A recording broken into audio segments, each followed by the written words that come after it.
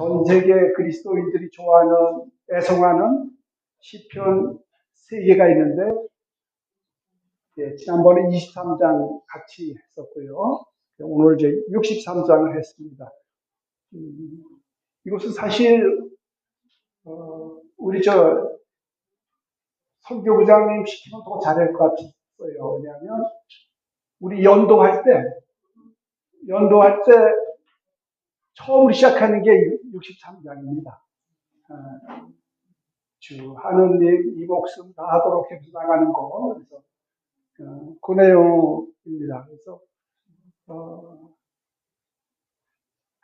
연도에 인용된 시편이 굉장히 이제 죽음하고 관계가, 또 죽음 이후에도 주님께 의지하는, 또 함께하는, 제가 지난주에 임마누엘 신앙에 대해서 각별히 말씀을 드렸고 앞으로도 계속 강조를 해드린다고 했었는데, 죽어서도 함께하는 희망이 아주 가득하죠. 제 영혼이 당신께 매달리면 당신 오른손이 저를 붙들어 주십니다. 9절. 그 다음에 8절을 보면 당신 날개 그늘 아래서 제가 환호합니다. 그래서 여기는 이렇게 성경 보면 이렇게 페이지 수를 보관할 수 있는 끈이 있죠. 이렇게 둬서 마침 기도할 거고, 그 다음에 시편을 한두 번 더 찾을 거예요. 오늘 강의 중에. 그러니까 그렇게 하시면 좋겠고, 성주간이잖아요. 그죠? 지금? 성당에 들어가면 십자가에 예수님이 안 보이죠? 보라색 보로 이렇게 가려놨습니다. 왜 가려놓은 거예요? 왜 너무 쉬우면 또 대답도 안 하시는 거예요. 혹시 아시는 분 계세요? 그거 때 되면 가리는 거 아닌가? 그렇게 생각하실 수도 있는데, 사실은, 우리가 잘 알지 못하는, 그러니까, 우리 정서랑 가톨릭의 주류는 어차피 유럽입니다. 서구예요. 그쪽의 정서랑은 좀 다른 것 같아요. 그러니까, 이게 이제 9세기 때부터, 한 1200년 됐네요. 9세기 때부터, 가리는 관습이 교회 내에 들어왔습니다. 언제부터 가리느냐? 사수는 이제 6주간에 걸쳐져 있잖아요. 오늘, 지금 6주간을 보내는 거거든요. 그죠? 우리가? 그래서 4주간까지는, 1주부터 4주까지는 개인 참회에 중점을 둡니다. 그리고 5주, 6주는 주님 순환에 관점을 둬요. 그래서 사순 5주일이 9세기부터는 고난주일로, 주님 고난주일로 이렇게 보냅니다. 그리고 6주는 잘 알다시피 우리 지난주에 성지 받았는데, 성지 주일이죠. 그래서 원래 사순절은 파스카 3일밖에 없었어요. 처음에는 목, 금, 토 이렇게 보냈거든요. 근데 이것이 확대돼서 재수요일부터 엄밀히 따지면은 주님 만찬 전까지가 사순절이고 그 이후부터는 파스카 성삼일로 보내는데, 크게 보면 성토일 직전까지가 다 사순절로 들어갈 수는 있겠죠. 여하튼 사순 5주, 6주는 주님의 순환을 집중적으로 조명하고 묵상하는 기간인데, 그럼 십자가에 예수님을 오히려 노출시켜야 되는 거 아니겠어요? 근데 왜 가릴까? 그러니까 우리 정서와 유럽, 미국의 정서가 좀 다르기 때문에 십자가에 달리신, 특별히 십자가에 달리신 예수님의 그 모습은 승리하신 주님이에요. 승리하신 주님, 개선의 주님이십니다. 그래서 기쁜 거예요. 죽음을 물리친 만왕의 왕이시기 때문에. 그리고 뭐 우리 성당에 이렇게 바라보고 좌측에 김대건 신부님, 우측에 성모님이 계시잖아요. 이런 성상, 성화도 성인, 성녀들은 뭐냐? 다 천국에서 기쁘게 사시는 분들 거기 계시는 거예요. 그래서 주님의 순환을 우리가 좀 더 묵상하기 위해서 그렇게 기쁜 성인, 성녀들 가리고 영광스럽게 승리하신 만왕의 왕인 예수님도 가리는 겁니다. 우리는 그게 아니잖아요. 그죠? 예수님 바라보면서 만왕의 왕 그거보다는 우리를 위해 돌아가신 저 예수님 하면서 우리 되게 조알이잖아요. 그죠? 그러니까 그런 것 때문에 가린다. 그러니까 우리는 뭐 십자가만 가렸죠. 그 보라색 큰 천을 우리 저 가타리나 선생님이 현빈의 어법에 따르면 한 땀 하셔서 2017년에 만들어 주셔서 18년 사순절부터 썼죠. 네, 감사드립니다. 네.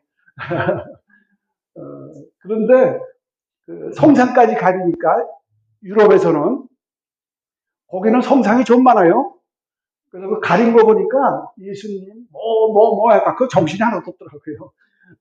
그렇다는 거. 그래서 독일 같은 경우는 사순절 내내 거의 모든 교구가 미국은 이제 좀 더 이렇게 좀 드문드문해서 교구 전체가 사순절 내내 가립니다. 내내. 우리는 사순 5주일 그러니까 토요일 5수일 전 토요일부터 가리는 거죠. 우리 지난주 질문을 두 가지 드렸는데 우리가 좀 한번 스스로 답을 해보셨나 모르겠어요. 기도가 내 신앙생활에서 차지하는 위치에 대해서 한번 생각을 해보자고 말씀을 드렸습니다.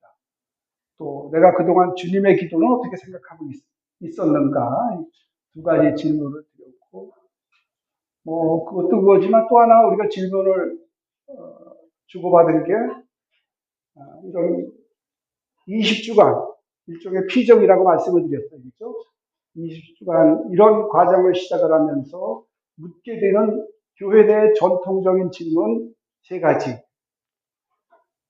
나는 그리스도를 위하여 무엇을 했는가?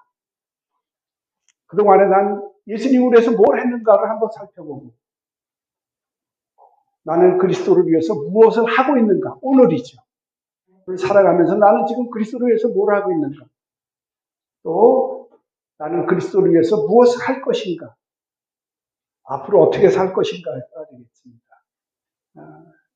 이런 근본적인 질문을 우리가 한번 생각을 해보자고 말씀을 드렸습니다.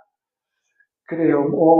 지난주 질문으로 끝을 내지 마시고 늘 그런 질문, 잠은 자답을 했으면 좋겠습니다. 나는 그리스도를 위해서 무엇을 했고, 무엇을 하고 있고, 무엇을 할 것인가. 이것이 정립이 된다면 우리 신앙생활은 상당히 진보하고 발전할 거라고 생각을 합니다. 그래서 지난번 강의 어떤 분이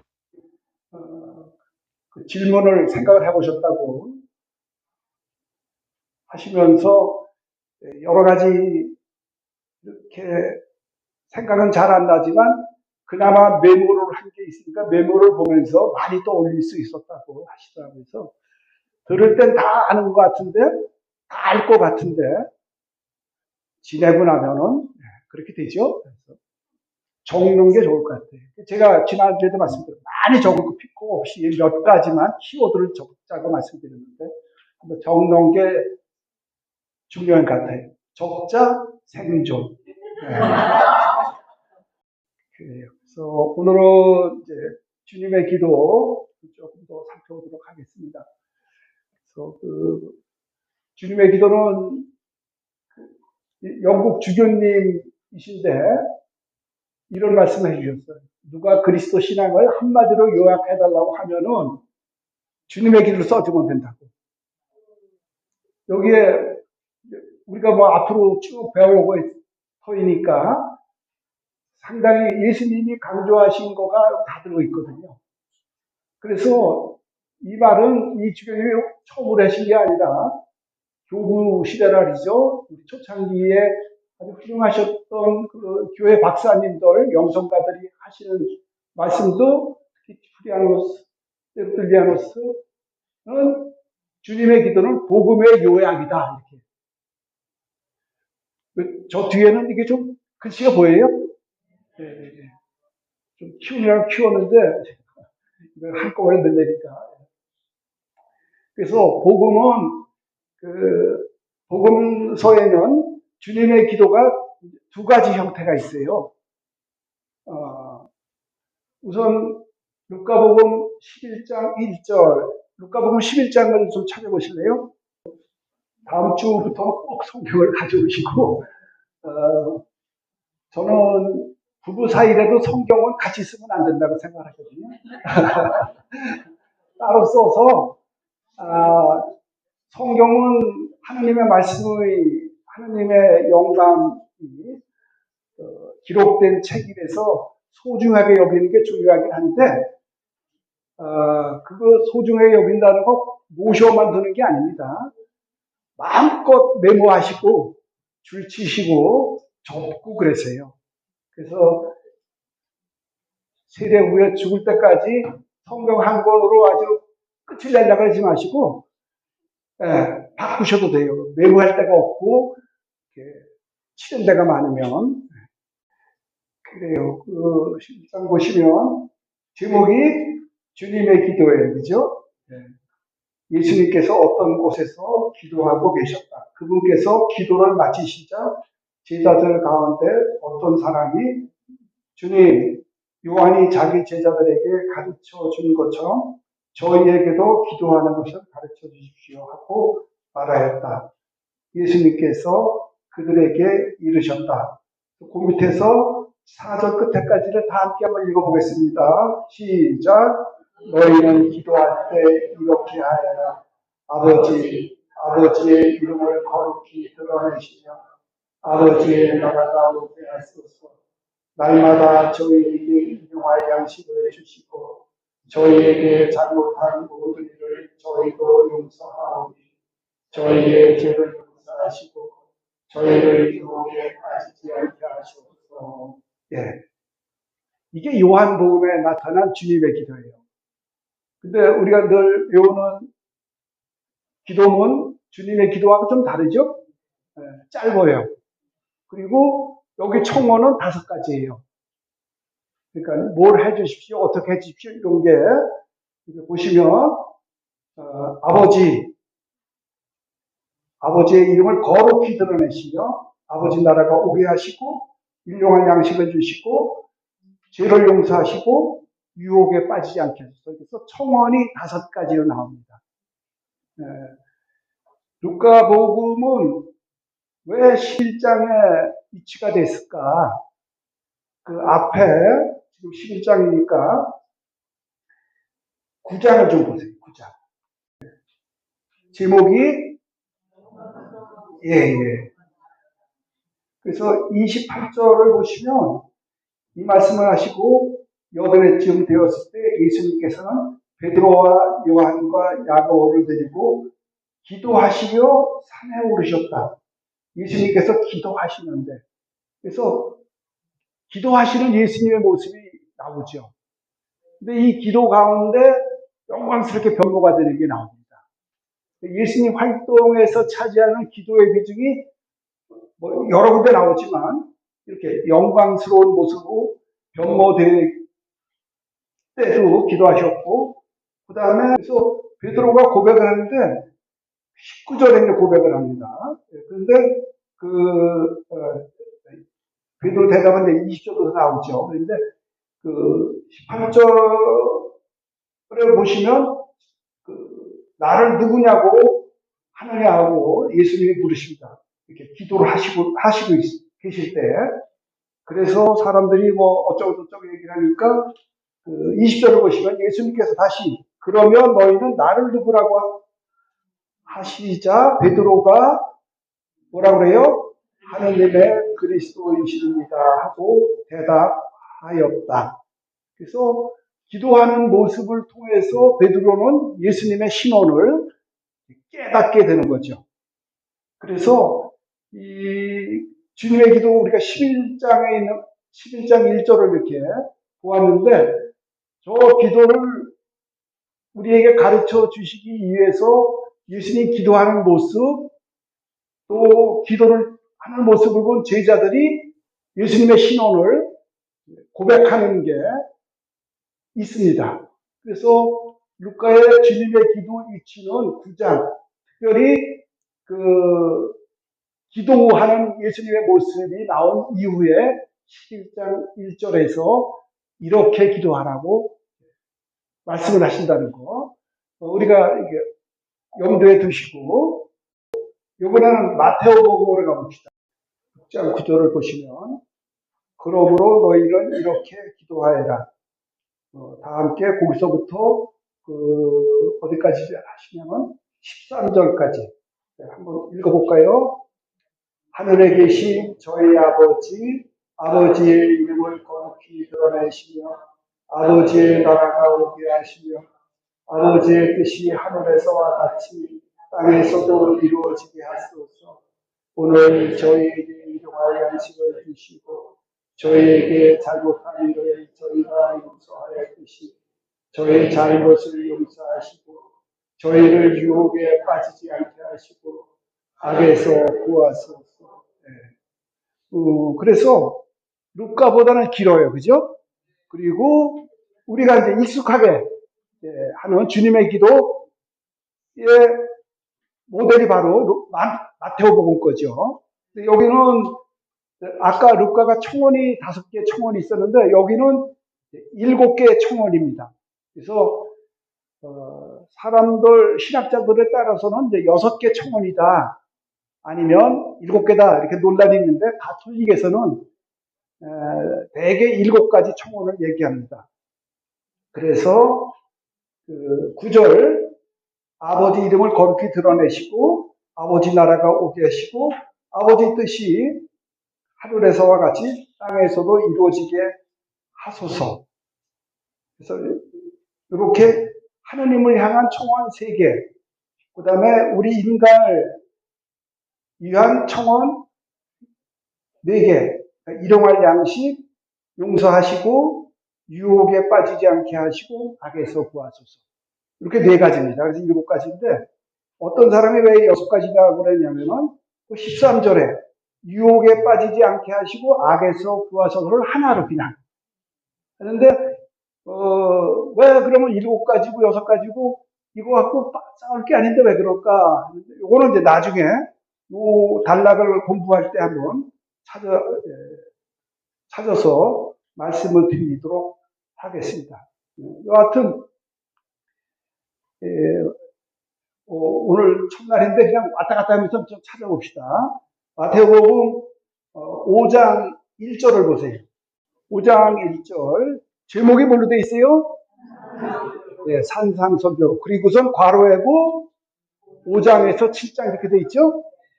설교를 5장 7장에 걸쳐서 5, 6, 7장에 걸쳐서 마테오는 예수님의 가르침을 집중적으로 여기다 배치했습니다. 그러니까 그 5장 전까지는 4장까지는 예수님이 어떻게 태어났고 이집트 피난 다녀오셨고 그 다음에 광야에서 유혹받았고 제자들 뽑으시고 이게 이제 4장까지 하면은 5장에서는 산에 오르셔갖고 가르침을 주셔서 산상설교예요.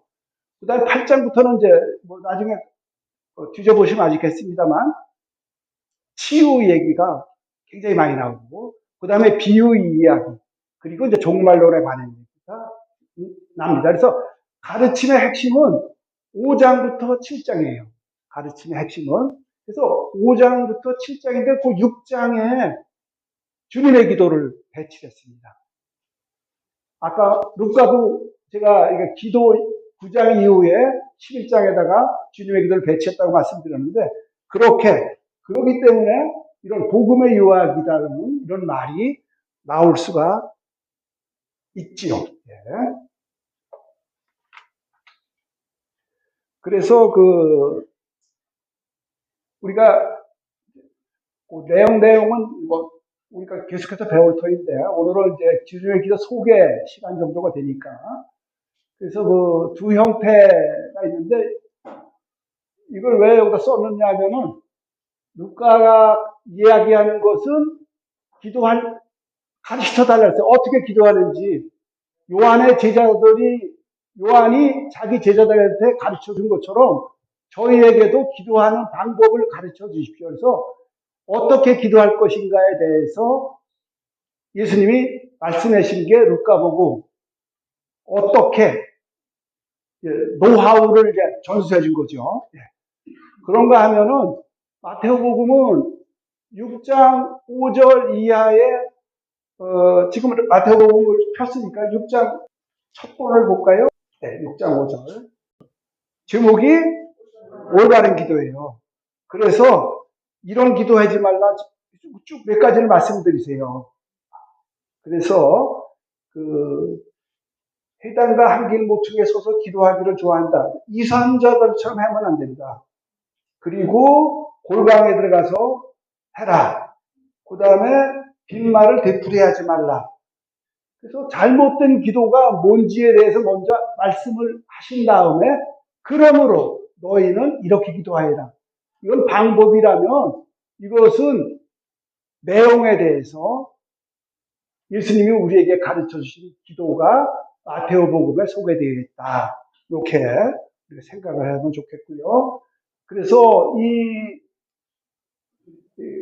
주님의 기도에 나오는 내용은 루카건 마테오건 가릴 것 없이 가장 중요한 것은 뭐냐면은 예수님이 가르쳐 주셨다는 것. 또 하나는 예수님이 직접 하신 기도라는 거예요. 예수님이 하신 기도 내용이 우리에게 이렇게 있는 건 복음서에서 몇 군데 안 나오거든요. 특히 요한복음 같은 건 17장에 아주 긴 대사자의 기도처럼 나오는 그런 게 있고 또 단편적으로 나오는 게 있습니다만 루카복음에도 나오고 그런데 이렇게 아주 발설하시면서 루카와 마테오와 동시에 이렇게 나온 거는 주님의 기도입니다. 그래서 왜 주님의 기도를 이렇게 직접 하셨고 그것을 이렇게 하라고 가르쳐 주셨을까? 그것은 세 가지로 이렇게 정리를 할 수가 있겠습니다. 너희들 기도할 때 어떻게 했느냐면은 주님의 기도를 우리가 지금 받은 그대로 해라. 이방인처럼 빈말 하지 말고 그래서 그대로 해라는 의미. 또 하나는 그 전에 기도는 이게 없었어요. 아빠라고 부르지 못했습니다. 하느님을 이게 아빠가 우리말 아빠가 아닙니다. 아람말 예수님이 쓰시던 말이 아람말인데 ABBA예요. 아바죠. 근데 이제 우리는 그냥 아빠라고 이렇게 발음을 합니다. 우리나라에서는 아빠. 그래서 아버지를 아빠라고 이게 굉장히 친근한 우리도 아버님을 아빠라고 불러보셨어요? 불러보셨어요? 여기 한 반 이상은 못 불러보고 그렇죠? 이게 친근한 말입니다. 그래서 아빠라고 부르면서 기도해라. 요것도 이제 우리가 요 시간에 하늘에 계신 우리 아버지 시간에 요 의미하는 바를 좀 정확히 따져보도록 하겠습니다. 또 하나는 무슨 기도를 하더라도 주님의 기도를 모범으로 하라. 그러니까 아까도 말씀드렸지만 이 기도가 앞부분은 하나님을 향한 하나님께 드리는 청원이에요. 그죠? 아버지의 이름이 거룩히 빛나시고 아버지의 뜻이 하늘에서와 같이 땅에서도 이루어지고 이런 하나님을 향한 것 그리고서 일용할 양식부터 해서 용서, 유혹, 악한 자에서 우리 일상을 향한 청원을 하라. 그리고 아빠를 한번 부른 다음에 그걸 해라. 이 내용을 해라. 모범으로 삼아라. 그래서 예비신자 교리 때 이제 기도 시간에 어, 기도를 어떻게 하면 좋겠는가를 가르쳐 줘야 되는데 그럴 때 이제 이런 내용을 얘기를 하죠. 우리가 뭐 보통 자유기도라고 하는데 우리가 잘 못해요. 이제 천주교 신자들이. 그래서 김학철이라고 연수대학교 그러니까 신학과 교수죠. 그래서 이게 보직자 회의를 한다 연수대학교에서. 그러면 돌아가면서 이제 이번 달에는 누가 하고 이번 달은 누가 하고 이제 돌아가면서 하는데 거기에도 아마 연수대학교 개신교 쪽에 일종의 미션 스쿨이죠. 근데 천주교 교수들 보직 교수가 있는 거예요. 그래서 쭉 돌아가다 천주교 보직 교수가 기도 담당이 되는 날에는 못한대. 꽤 희한하죠? 그래서, 우리가 굉장히 어렵게 생각을 합니다. 그거를 어떻게 하면 좋겠느냐 할 때, 이런 걸 가르쳐 주죠.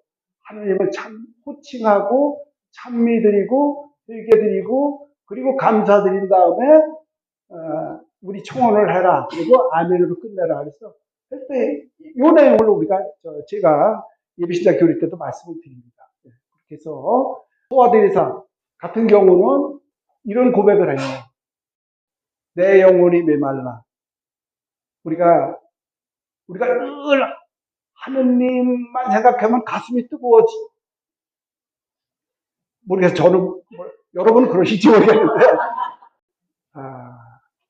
기도할 때마다 뜨겁게 기도하고 하느님의 은총 때문에 어쩔 줄 몰라 하는 체험, 대대리사, 소아대리사, 그 유명한 십자가의 성령한 대단한 영성가들도 일생에 그런 체험 몇 번 안 됩니다.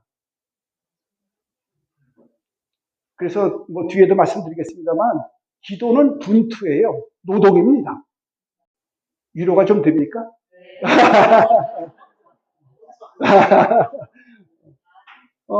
소아데리사도 이제 그랬대요. 내 영이 메말라. 도저히 하느님을 부를 수도 없고 그분과 일치될 자신이 없을 때, 그러니까 하느님의 부재, 특히 돌아가신 마다데레사 같은 경우는 수십 년간 하느님의 부재 체험 때문에 어려워했고, 그것을 또 교묘하게 반신론 쪽으로 해갖고 미국에서 특별히 많이 그랬는데, 물론 이제 그게 아니라는 반론도 있고 그런데 한번 이제 그거 때가 되면 같이 좀 다루겠습니다. 하느님의 부재 체험에 대해서. 여하튼 소아데리사가 그럴 때는 자기는 주님의 기도를 어떻게 하느냐? 그대로 한대요. 그대로 하되 천천히, 아주 천천히, 천천히 이렇게 하고 나면은 주님의 기도를 보통 속도로 100번 하는 것보다 훨씬 더 은혜를 많이 받는다. 그게 극복이 된다고 합니다. 천천히 주님의 기도를 그대로만 하더라도. 그래서 그 동료 수녀님의 증언에 의하면 어느 날 소아대리사가 바느질을 하고 있었대요. 굉장히 부지런히 바느질을 하는데 표정은 굉장히 침잠, 그러니까 기도 가운데 있는 걸 이렇게 발견했답니다. 어디 가니 한 다음에 그 동료 수녀님이 소아데레사 수녀님한테 물었습니다. 수녀님 뭐 하고 계셨어요? 바느질을 했지만 주님의 기도를 천천히 바치고 있었지. 그러니까 그렇게 천천히 손은 빨랐지만 천천히 바치는 그 표정이 그 분위기가 다 느껴진 거죠. 그러면서 이렇게 의아하게 생각하는 동료 수녀님을 바라보는 그 대대사의 눈에서 눈물이 반짝하는 거예요.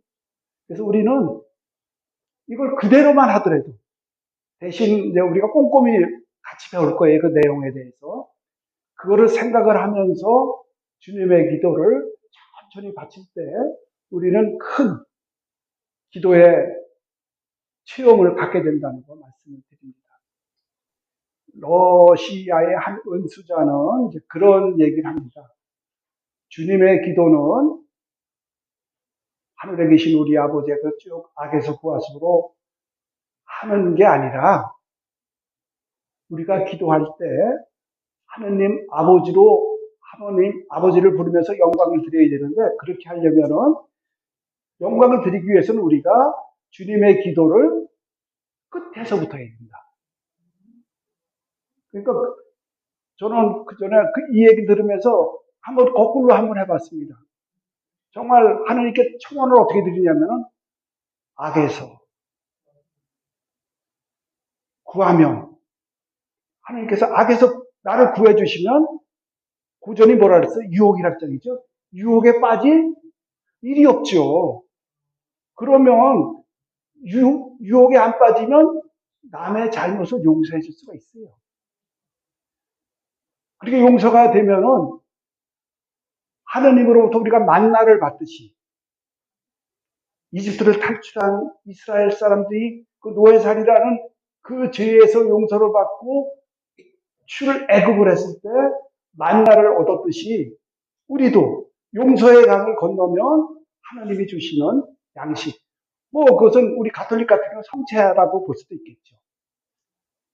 그리고 나면은 아버지의 뜻이 이 땅에서도 이루어지는 것. 유혹을 뿌리치고 용서하고 용서받고 하느님께서 주시는 양식을 먹는 하느님 나라가 이 땅에서 아버지의 뜻이 하늘에서 같이 땅에서도 이루어져서 그 전에 발이 있잖아요. 그리고 아버지의 이름이 빛나게 되고 그래서 하늘에 계신 우리 아버지를 자신 있게 볼 수 있다는 거죠. 그래서 맨 뒤에서부터 한번 여러분들이 묵상 가운데 생각을 해보십시오. 그래서 내가 지금 어떤 신앙 상태에서 이렇게 힘들어하고 있다면 뒤에서부터 한번 간절히 청했으면 좋겠어요. 내가 어떤 악한 영에 지금 붙잡혀 있지는 않은가. 많은 부분 탈출할 수가 있습니다. 거꾸로 한번 한다는 거 말씀드립니다.